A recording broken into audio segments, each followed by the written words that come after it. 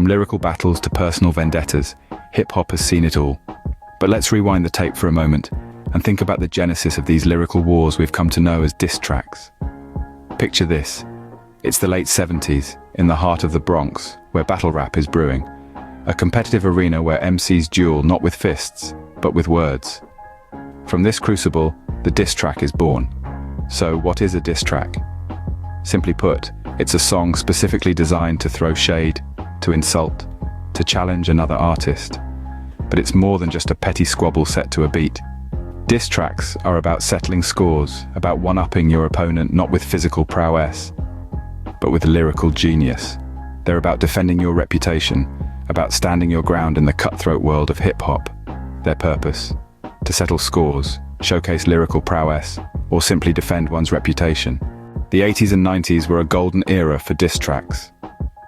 This was a time when hip-hop was still finding its footing, and the competitive spirit was fierce. Diss tracks were a way to assert dominance, to claim territory in this rapidly evolving landscape.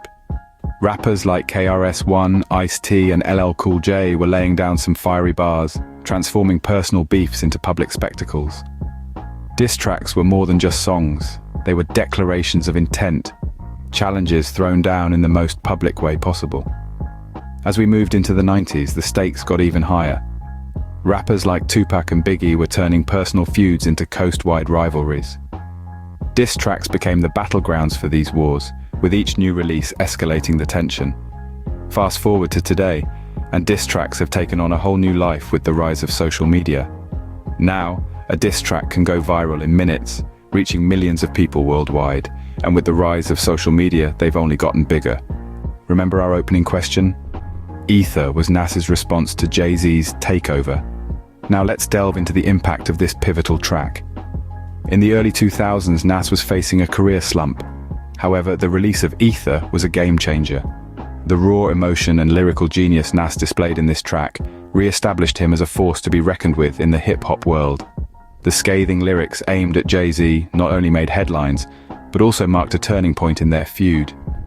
Ether was more than just a diss track. It was a testament to Nas's artistry, his resilience, and his determination to defend his reputation. It set the bar high, and to this day, hip-hop fans and artists alike refer to a particularly devastating diss track as an ether. This track not only reignited Nas's career, but set a benchmark for future diss tracks. When Ice Cube left NWA, he didn't go quietly. The year was 1991, and the hip-hop world was on the brink of a seismic shift. Ice Cube, once a member of the trailblazing group NWA, had decided to go solo. But the split was far from amicable, and Ice Cube had a lot to say. His diss track, No Vaseline, was a scalding critique of his former bandmates. Cube didn't hold back, accusing them of being puppets, mismanaged and exploited by their management. The track was raw, unfiltered and brutally honest, a reflection of Cube's frustration and anger. The song sent shockwaves through the hip-hop community. Its incendiary lyrics and biting commentary were a testament to Cube's lyrical prowess. But more than that, it was a declaration of independence, a signal that Cube was ready to forge his own path. No Vaseline was his brutal response, shocking the hip-hop community. Diss tracks aren't just songs, they're cultural events. They've evolved from lyrical jabs on a stage to significant moments in hip-hop history. When a new diss track drops, it's not just about the music. It's a spectacle that shakes the hip-hop world to its core, sparking conversations, debates, and endless dissections of every verse and line. These tracks often lead to a surge in popularity for the artists involved, boosting album sales and streaming numbers.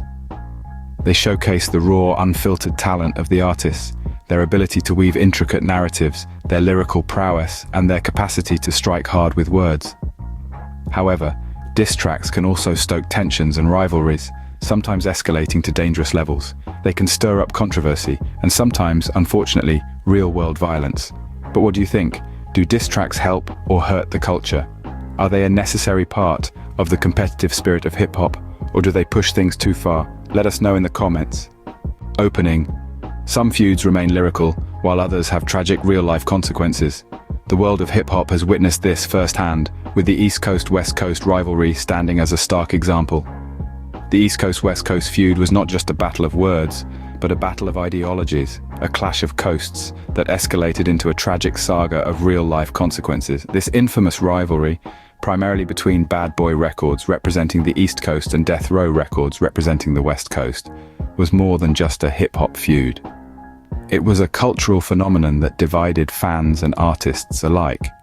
The feud was personified by two of the most influential artists in the history of hip-hop: the Notorious Big, representing the East Coast, and Tupac Shakur, representing the West Coast. Their personal and professional animosity played out in public, setting the stage for some of the most intense and personal diss tracks the world has ever heard. The fallout of this feud was devastating. The rivalry culminated in the murders of both Tupac and Biggie, unresolved crimes that left a dark cloud hanging over the world of hip-hop. These tragic events served as a grim reminder of how the lines between art and life can blur, and how feuds, initially confined to lyrics and beats, can spill over into real-world violence.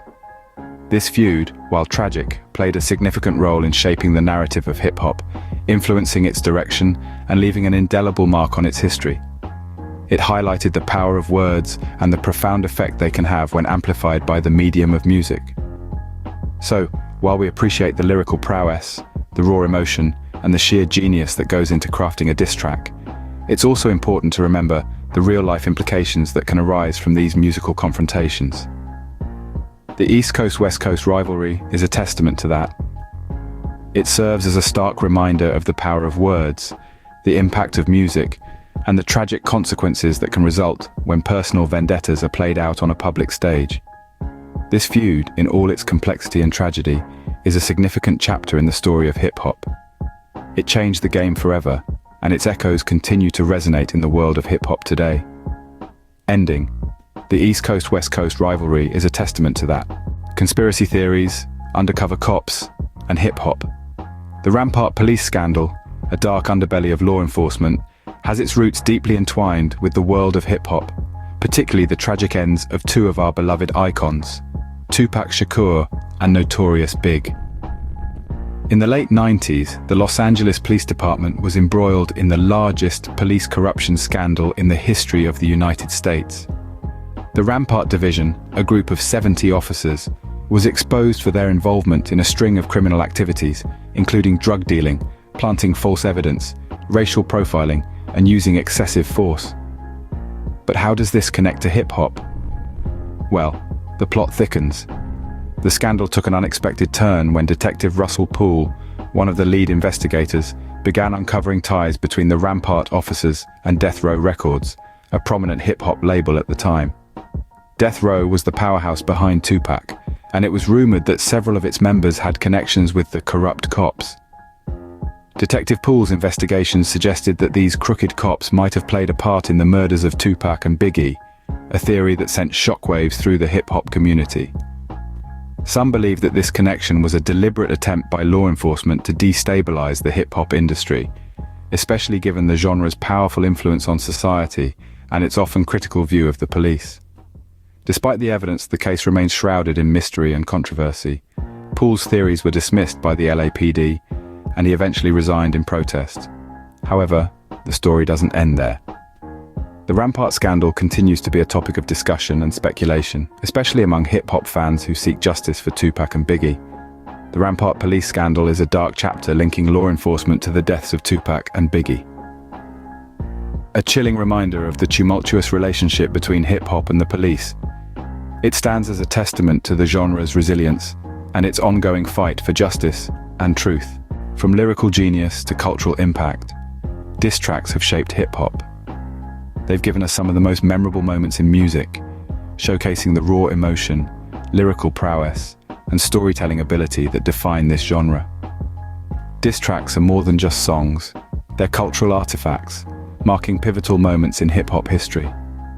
From the competitive world of battle rapping to some of the most iconic feuds, diss tracks have served as a platform for artists to settle scores, defend their reputations, and demonstrate their skills.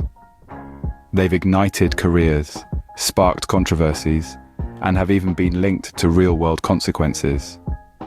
In the end, whether you view them as a testament to lyrical skill or a reflection of the darker side of hip-hop, one thing is certain: Diss tracks are a vital part of the hip-hop narrative, a narrative that continues to be written with every beat and rhyme. If you found this video informative, give it a thumbs up and share it with someone who needs to see it. And if you want more deep dives into hip-hop and beyond, hit that subscribe button. Let's grow this community together.